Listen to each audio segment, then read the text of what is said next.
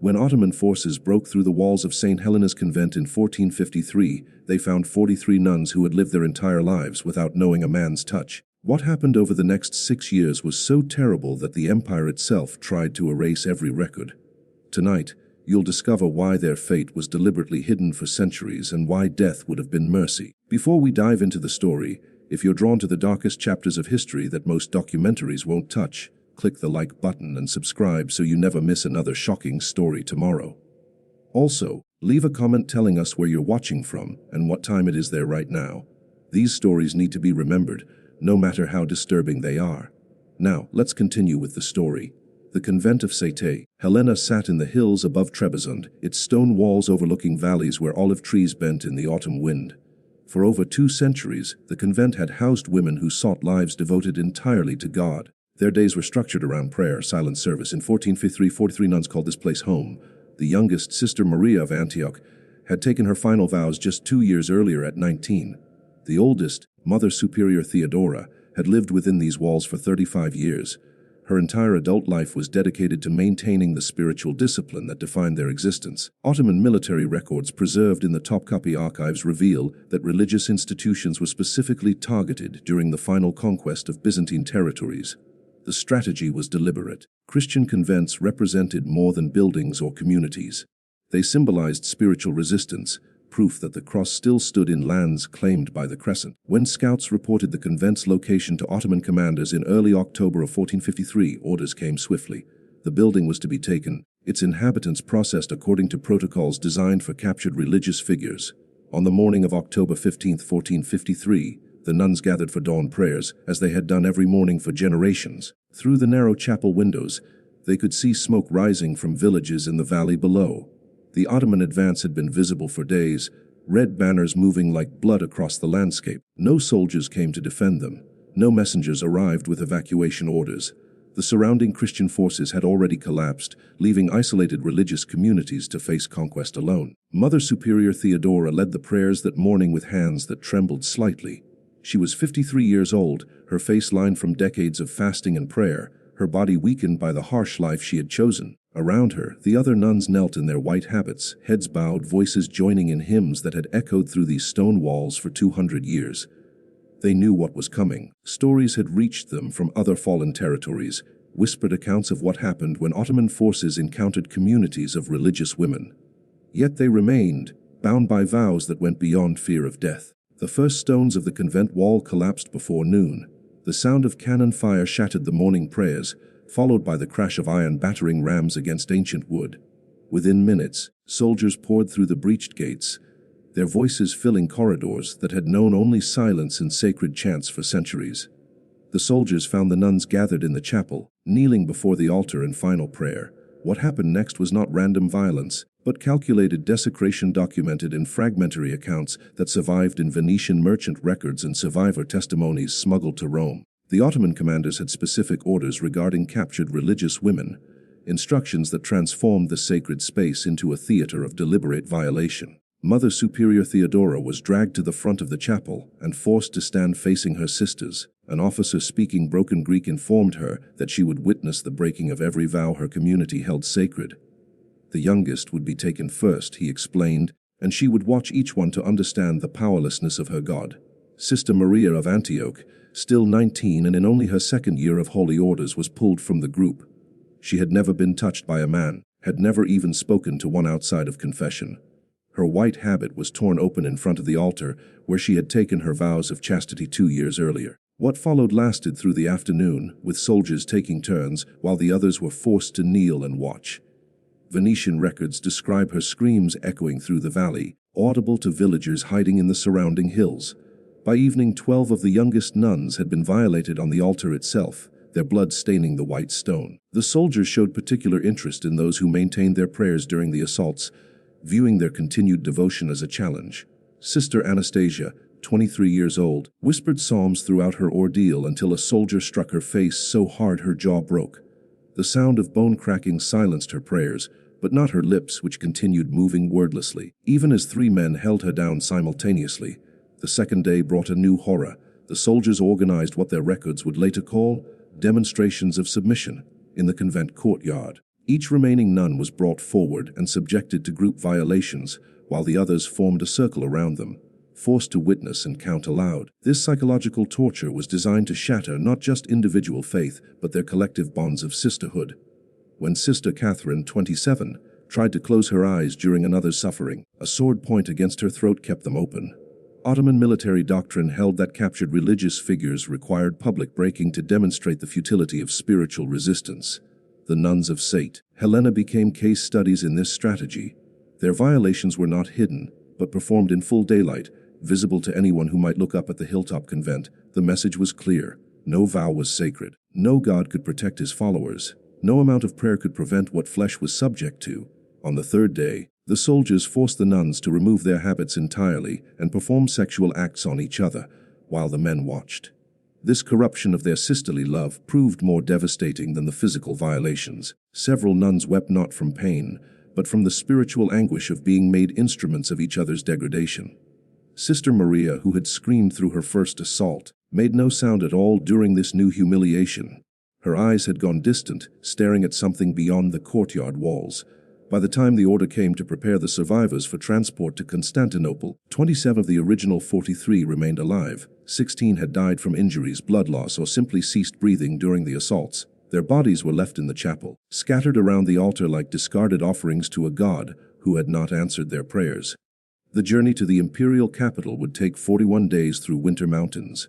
The real nightmare was only beginning. The 600-mile journey to Constantinople began in early December of 1453, when the first winter storm swept down from the mountains. Ottoman supply ledgers preserved in the imperial archives list the 27 surviving nuns under a chilling category: religious captives for imperial purposes. Each woman was assigned a number, their names considered irrelevant to the bureaucratic machinery of empire. They were chained at the wrists and ankles, connected to each other in a line that stretched along the muddy road. The white habits that had symbolized their purity were now torn and filthy, offering no protection against the bitter cold. Genoese trading records from coastal towns describe seeing the procession pass through, noting the condition of the captives with the detached observations of merchants cataloging damaged goods. The march followed ancient trade routes through Anatolia, stopping at military outposts where Ottoman garrisons maintained control over newly conquered territories. At each stop, the ledgers note provisions, food for the guards, fodder for horses, and what documents coldly term entertainment expenses. The nuns were not treated as prisoners of war, but as spoils of conquest, their purpose clearly defined in the bureaucratic language that would later help historians piece together their fate. Sister Maria, who had once been the youngest and most devout, no longer spoke at all. She walked with her eyes fixed on the ground, her lips moving in what might have been prayers or might have been nothing.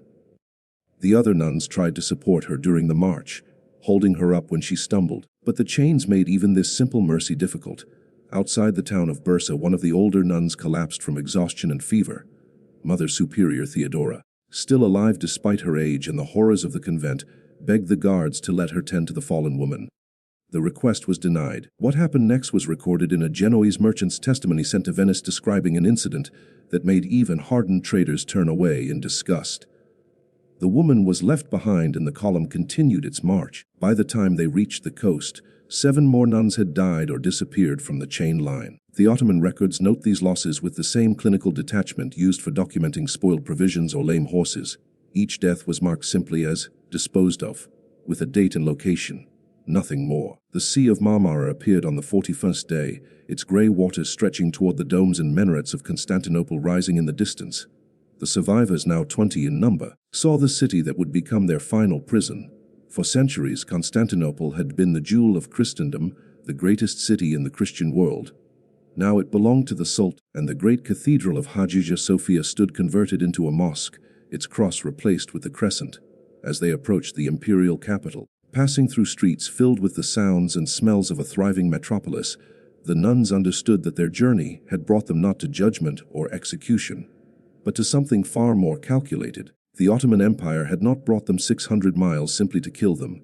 The gates of Topkapi Palace loomed ahead, and beyond those walls lay a fate that would prove worse than any death they might have imagined during their long march through winter.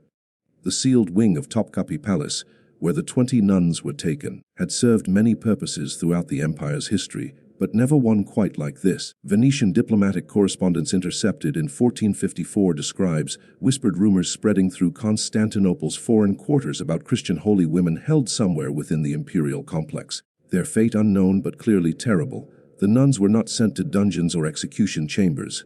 Instead, they were confined to quarters that mimicked comfort while serving a far darker purpose. Gruesome sexual practices like sleeping with 10 men in a gang. Ottoman court records discovered when the archives were finally opened in 1923 reveal a systematic program the Grand Vizier himself had designed. The goal was documented in his own hand to transform symbols of Christian spiritual purity into living demonstrations of Ottoman supremacy. Court physicians were assigned to monitor the women's health with clinical precision. Medical journals preserved from this period contain entries that read like livestock breeding records, tracking cycles, noting physical conditions, and documenting outcomes with the detached language of scientific observation. The physicians were not there to heal, but to ensure the program's success. Palace servants who worked in the sealed wing rarely spoke of what they witnessed, but a few accounts survived. A Greek slave woman's testimony, given decades later after her escape to Venetian territory, described hearing prayers echo through the corridors at all hours. The nuns clung to their faith, even as everything else was systematically stripped away, their voices rising in Latin hymns that palace gods found deeply unsettling. The Ottoman strategy was as psychological as it was physical. The women were subjected to what documents euphemistically call re-education and service, a process designed to break not just bodies but souls through sexual degeneracy. They were forced to abandon their religious practices, punished when they prayed, and subjected to conditions specifically calculated to destroy their sense of sacred identity. Sister Theodora, the former Mother Superior, became the primary target. At 53 years old, she represented the oldest and most devoted member of their community. Ottoman records show particular attention paid to her breaking, with court officials viewing her submission as essential to crushing the others' resistance. When she refused to renounce her vows, the consequences were severe enough that even palace servants whispered about the cruelty. French diplomatic reports from 1454 mentioned disturbing rumors reaching European courts. Merchants trading with Constantinople brought back stories of Christian nuns visible through palace windows, their white habits discarded, their hair shorn, their faces hollow with suffering. The reports were fragmentary and often dismissed as anti-Ottoman propaganda, but the core truth remained buried in the details. By spring of 1454, the physicians' medical records began documenting pregnancies. 13 of the nuns showed signs of conception. Their bodies were monitored with the same clinical precision applied to prized breeding animals. Each pregnancy was noted with dates, anticipated delivery times, and projections for infant outcomes. The women themselves had no say in any decision regarding their own bodies or the lives growing within them. The psychological devastation this caused went beyond what even the Ottoman officials had anticipated. Palace servants reported that several nuns had stopped eating entirely, requiring forced feeding to keep them alive. Others had ceased speaking, their silence more disturbing than screams would have been. The program was achieving its goals, but the cost was creating women who existed somewhere between life and death, their spirits crushed, but their bodies kept functioning for the empire's purposes. Between April and December of 1454, 13 births occurred within the sealed wing of Topkapi Palace. Ottoman court physicians wrote about each delivery with the meticulous detail they applied to all imperial medical matters. Their journals were preserved in archives that would remain sealed for nearly 5 centuries. The first birth came in late April. Sister Catherine, 28 years old and a nun for 6 years, had spent her entire pregnancy in a state of near catatonia. Palace servants reported she had not spoken a single word since arriving at the palace months earlier. When labor began, the court physicians noted her complete silence even during the most intense contractions. She delivered a healthy male infant, which was immediately taken from the room. The medical record notes simply, "Mother showed no reaction to infant removal." Unresponsive to all new, Sister Theodora's pregnancy had shocked even the Ottoman physicians.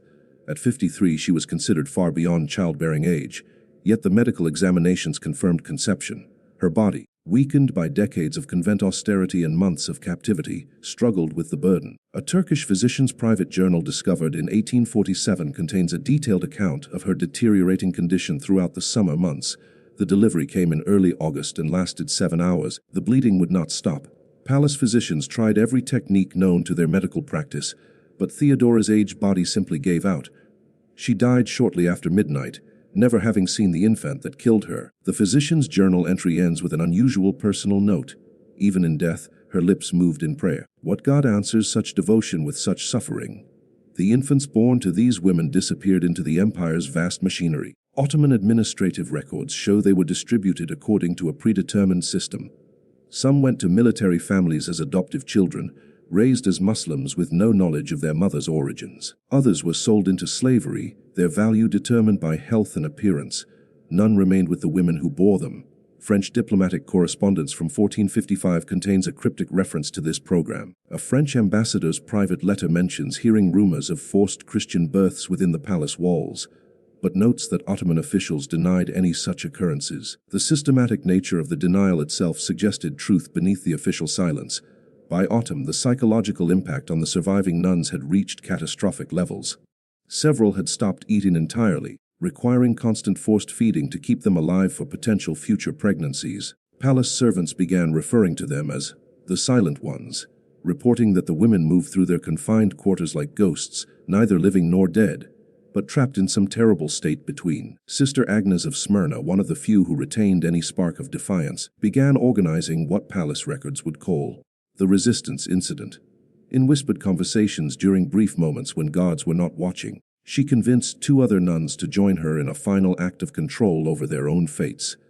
They had discovered that certain cleaning compounds kept in their quarters could be ingested, offering a path to escape that their captors had not anticipated. The plot was discovered before they could act. What happened next would be recorded in multiple sources, each account more disturbing than the last, and marked the final breaking of any organized resistance among the surviving nuns. The discovery of the suicide plot in early 1455 changed everything within the sealed wing. Palace records document the response with bureaucratic precision, noting dates, participants, and the specific measures taken to prevent future attempts. What those clinical entries do not capture is the deliberate cruelty that followed, witnessed by palace servants whose testimonies would surface decades later. Sister Agnes of Smyrna was identified as the organizer. She had been 31 when captured at the convent, strong-willed and outspoken even among her fellow nuns. During the months of captivity, she had maintained a core of resistance that inspired others. The Ottoman officials viewed her influence as a direct threat to the program's effectiveness. A Greek Orthodox priest's testimony preserved in Vatican archives and dated to 1472 describes what he learned from a former palace guard who sought absolution before death. The guard's confession detailed events from that winter, speaking of punishments designed not just to break one woman, but to shatter the collective spirit of all the survivors. He mentioned practices like hanging upside down, pleasing 2 men in turns, or sometimes having a rope hung around their necks like a leash and being asked to go around the men in circles, doing all sorts of sexual things. The priest's handwriting becomes increasingly erratic as the testimony continues, suggesting his own horror at recording the account. The incident occurred in the palace courtyard on a February morning. All surviving nuns were assembled under guard, forced to witness what defiance would cost. Sister Agnes was brought forward, still attempting to pray aloud despite the guards' orders for silence. Her voice carried across the courtyard, Latin words echoing off stone walls until they were drowned out by other sounds that the priest's testimony describes only as beyond the capacity of language to convey with dignity. The ordeal lasted until sunset. Palace servants reported that the other nuns, forced to watch throughout, began to break in ways that months of previous suffering had not accomplished. Several collapsed. Others began screaming and could not stop. By the time guards finally allowed Sister Agnes to be carried back to the sealed wing, something fundamental had shattered among the survivors. The 2 nuns who had agreed to join the suicide plot, Sisters Helena and Demetria, were subjected to separate punishments that Ottoman records describe simply as corrective discipline. Neither woman survived the winter. Medical records note their deaths in March of 1455 with clinical brevity, expired from complications disposed of according to protocol. After these events, resistance ceased entirely. The remaining nuns stopped all forms of defiance, stopped attempting to pray aloud, stopped even making eye contact with each other. Palace servants noticed the change immediately. Where before there had been whispered hymns and furtive prayers, now there was only silence. The women moved through their confined space like automatons, responding to commands, but showing no spark of individual will. French diplomatic reports from this period note a disturbing rumor spreading through Constantinople's foreign quarters. Merchants claimed that certain areas of Topkapi Palace had become haunted, that servants refused to work in particular corridors where the air itself felt wrong. Ottoman officials dismissed such talk as superstitious nonsense, but the reports persisted. By spring of 1455, the physician's records show a disturbing pattern.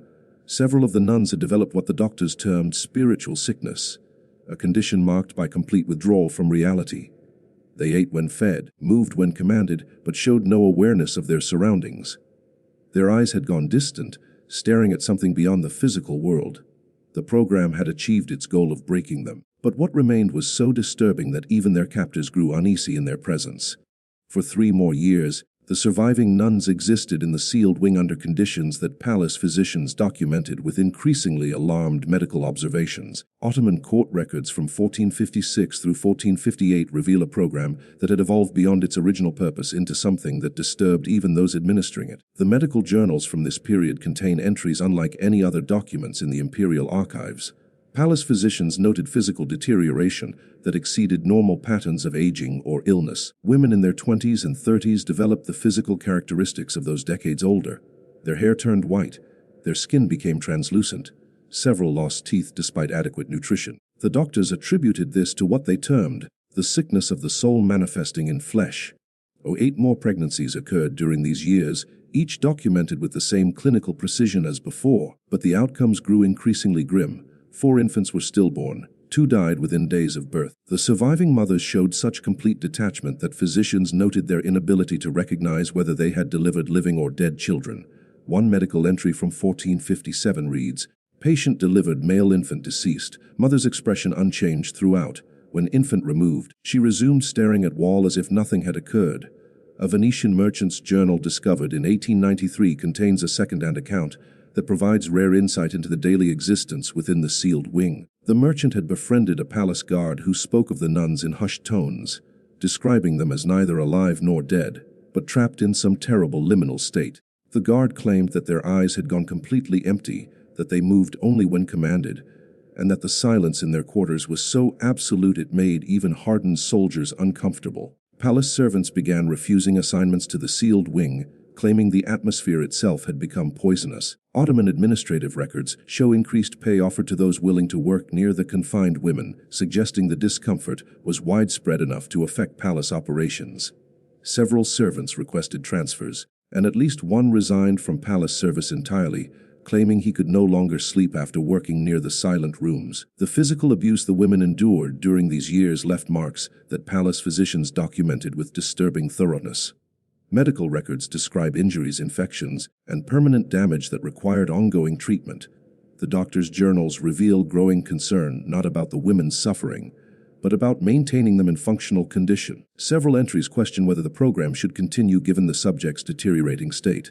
In 1459, Sultan Mehmed II issued orders regarding the sealed wing that palace administrators recorded with unusual brevity. The official decree stated simply that the space was needed for other imperial purposes, and that current occupants should be transferred to permanent confinement in the lower chambers. No further details were provided in the main palace records, but subsidiary documents reveal the careful planning behind this seemingly simple administrative decision. The lower chambers of Topkapi Palace had served various purposes throughout the complex's history. Some were storage vaults for grain and supplies, others held prisoners awaiting judgment or execution. A few built during the palace's earliest construction had been sealed off and forgotten as newer sections expanded above them. It was into these forgotten spaces that the 11 surviving nuns disappeared. Ottoman administrative records show the transfer occurring over 3 days in November of 1459. Palace guards documented moving the women from the sealed wing to locations described only by numerical designations. After these entries, the official archives contain no further mention of the nuns. The bureaucratic trail simply ends as if the women had never existed. However, a Serbian slave's testimony, recorded decades later after his escape to Hungarian territory, provides the only surviving account of what happened in those chambers. The slave, whose name was recorded as Dimitri in the Hungarian church records where he sought sanctuary, had worked in the palace's lower levels maintaining supply stores. His testimony, given in 1491, described sounds that haunted him for years afterward. He spoke of hearing women's voices echoing through stone corridors, singing in a language he did not understand, but recognized as prayers. The sounds came from sealed rooms that guards ordered him never to approach. On several occasions, he glimpsed guards carrying food and water into these chambers, though the amount seemed barely sufficient for survival. The singing continued for months, growing fainter as time passed, but never entirely stopping. Dimitri's testimony includes a detail that Hungarian priests initially dismissed as embellishment, but later came to view as potentially genuine. He claimed that on certain nights when the palace above had gone silent, the hymns from below would swell in volume, as if the women had found renewed strength in darkness. Palace guards, he said, refused to patrol certain corridors after sunset, claiming the air itself felt wrong in areas near the sealed chambers. The singing stopped sometime in the spring of 1460. Dimitri could not provide an exact date, but he remembered the sudden silence as deeply unsettling. Guards who had previously avoided those corridors began passing through without comment. Whatever had made them uncomfortable had finally ceased. A French historian researching Ottoman palace architecture in 1872 discovered architectural drawings that showed sealed chambers beneath the original palace structure. His notes indicate these spaces were designed with ventilation shafts too small for escape, but large enough to allow air circulation, suggesting they were meant for long-term confinement. The drawings also show the chambers were located directly beneath what palace records identified as the former sealed wing, where the nuns had been initially held. No excavation of these chambers was ever authorized during the Ottoman period. The spaces remained sealed, their contents unknown, their very existence gradually forgotten as the centuries passed and the palace expanded above them. The 11 women who entered those chambers in 1459 were never seen again, their final fates unknown except for one slave's testimony about voices singing in the dark. By 1458, only 11 of the original 43 nuns remained alive. Palace records show their ages ranging from 24 to 46, though physicians noted that all appeared far older than their years. The youngest, who should have been in the prime of health, moved with the stiffness of elderly women. Their bodies had been so thoroughly broken that basic functions required assistance. Ottoman officials began internal discussions about what to do with the survivors. Correspondence between palace administrators reveals debate about whether the program had achieved its strategic goals or had simply become an embarrassing remnant of earlier policies. The women were no longer useful for their original purpose. Yet their existence posed questions about disposal that bureaucrats seemed reluctant to answer directly. The solution, when it came, would be as systematic as everything else the empire had done to these women. And like so much else, it would be carefully documented before being deliberately hidden from history. The discovery came during routine palace renovations in 1847, nearly 4 centuries after the nuns disappeared into the lower chambers. Workers breaking through a wall in the palace's foundation uncovered a sealed passageway that architectural records showed had been deliberately blocked with stone and mortar sometime in the 15th century. Beyond the wall lay a chamber approximately 12 feet square, with a vaulted ceiling blackened by centuries of soot. The air that escaped when the seal broke carried a smell that made the workers retreat immediately, reporting what they had found to Ottoman architectural supervisors. What those supervisors saw in the chamber prompted them to seal it again within hours, but not before several witnesses had documented its contents. A French archaeologist named Henri Morat, working in Constantinople on unrelated Ottoman historical research, learned of the discovery through contacts among palace workers. His private correspondence, preserved in the French National Archives, describes bribing his way into viewing the chamber before authorities completed the resealing. What he recorded would remain hidden in his personal papers for decades, deemed too disturbing for publication. The chamber contained skeletal remains of multiple individuals, their bones showing evidence of prolonged malnutrition and disease. More disturbing were the religious artifacts scattered among the remains, fragments of cloth that had once been white, now rotted to brown tatters, a crude cross fashioned from what appeared to be broken pottery, and covering nearly every surface of the walls, scratched into stone with such force that fingers must have bled in the carving, were Latin prayers and psalms. Morat's letters describe his shock at recognizing the texts. They were liturgical prayers specific to female religious orders. The same prayers nuns would have recited daily. Some inscriptions included names Theodora Maria Agnes Catherine. Others contained dates that corresponded precisely to the period when the convent of St. Helena's nuns had disappeared from historical records. The most disturbing discovery was a series of tally marks near the chamber's single small ventilation shaft. Morat counted over 2,000 individual scratches, each presumably marking a day of confinement. If accurate, this suggested the women had survived in that sealed space for nearly 6 years before the marking stopped. Ottoman authorities who examined Morat's initial reports ordered the chamber sealed permanently and all documentation confiscated. The official position was that the remains were from common criminals, not religious captives. Morat's protests were dismissed and he was strongly encouraged to leave Constantinople. His letters show he complied but kept copies of his notes hidden in France. The chamber remained sealed and officially forgotten until 1923, when the Ottoman Empire's collapse finally opened its archives to international researchers. French historians who remembered Murat's correspondence pushed for re-examination of the sealed chamber.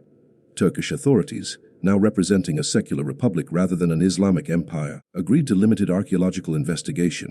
The 1924 excavation confirmed everything Murat had documented. Forensic analysis of the bones revealed they belonged to 11 individuals, all female, ages ranging from mid-20s to late 40s at time of death. The inscriptions on the walls were photographed in detail, revealing not just prayers but fragments of personal testimony. One inscription carved in shaking letters near the chamber floor read, "We forgive them. God will not."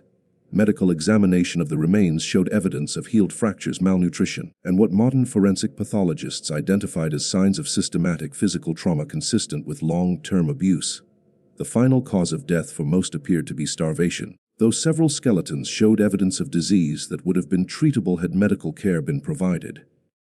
The full scope of what happened to the nuns of St. Helena only became clear when researchers gained access to the complete Ottoman archives after 1923. What they discovered was not an isolated incident, but part of a deliberate strategy documented across multiple conquered territories. Imperial correspondence between regional governors and the Sultan's court reveals that Christian convents were specifically targeted during conquest operations. Military commanders received written instructions regarding the treatment of captured religious women, protocols designed to achieve strategic objectives beyond simple military victory. The goal was spiritual warfare, the systematic destruction of Christian religious symbols through methods that would terrorize communities into abandoning their faith. At least 12 other convents across formerly Byzantine territories suffered similar fates between 1453 and 1460. Ottoman records document over 200 nuns taken into imperial custody during this period who simply disappear from the archives after initial registration. Their final fates unknown. The few whose stories survived in fragmentary documents suggest the pattern established at St. Helena was repeated throughout the empire's expansion. The strategy proved devastatingly effective. European missionary reports from the late 15th century describe Christian communities in conquered territories abandoning their convents entirely. New religious vocations among women declined dramatically. Parents refused to allow daughters to enter religious life, fearing capture during future conflicts. The psychological impact rippled through generations, fundamentally altering how Christian communities in Ottoman territories practiced their faith. Modern historians examining these records have noted the meticulous documentation that Ottoman bureaucrats maintained, even while attempting to hide the program's existence. The empire's administrative apparatus recorded everything: medical journals, supply ledgers, transfer orders, creating an archive that would eventually expose what officials tried to bury. The very thoroughness that made Ottoman administration efficient also preserved evidence of systematic atrocities. The sealed chamber beneath Topkapi Palace remained closed to the public after the 1924 excavation. Turkish authorities, while acknowledging the historical facts, determined that the space should serve as an unmarked memorial rather than a tourist site. The bones of the 11 women were given proper burial in a Christian cemetery in Istanbul. Their names were recorded on a simple stone marker that lists only their first names and the words, "Faithful unto death."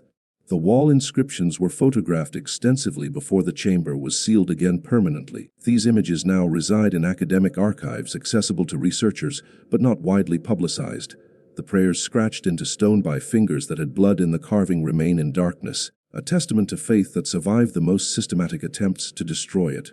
What the Ottoman Empire did to these women was worse than death, because death would have been mercy. Instead, they endured years of calculated destruction, aimed at breaking not just their bodies but their souls, at transforming symbols of spiritual purity into evidence of conquest. That they maintained their faith throughout, carving prayers into stone even as they starved in sealed chambers, represents a defiance that their captors could never fully erase. Their story, hidden for centuries and still largely unknown outside academic circles, deserves to be remembered. Not because it serves any political agenda or promotes hatred between faiths, but because these women's suffering and resistance represent something fundamental about human dignity and the power of faith to survive even the most deliberate cruelty. If this story moved you, and if it made you understand why some histories must never be forgotten, no matter how painful, click that like button right now and subscribe.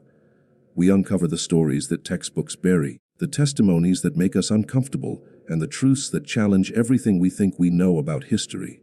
One more thing, Drop a comment with just one word describing how this story made you feel. Tomorrow we have another hidden chapter of history that will shake you to your core. Don't miss it.